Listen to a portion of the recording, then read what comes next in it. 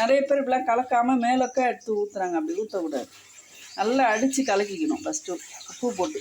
இல்லை அப்புறம் இட்லி சட்டியில் தண்ணி வச்சு ஆவி வர அளவுக்கு தண்ணி காயிறவர்களும் பொறுமையாக இருக்கணும்.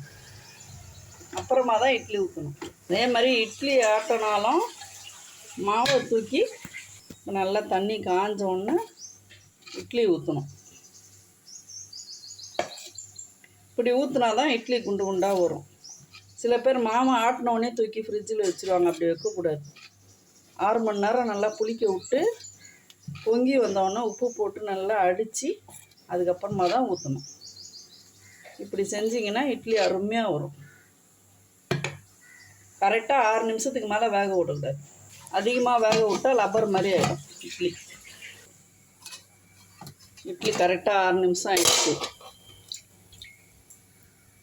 எவ்வளோ சாஃப்டாக இருக்குது பார்த்தீங்களா? இப்படி தான் செய்யணும்.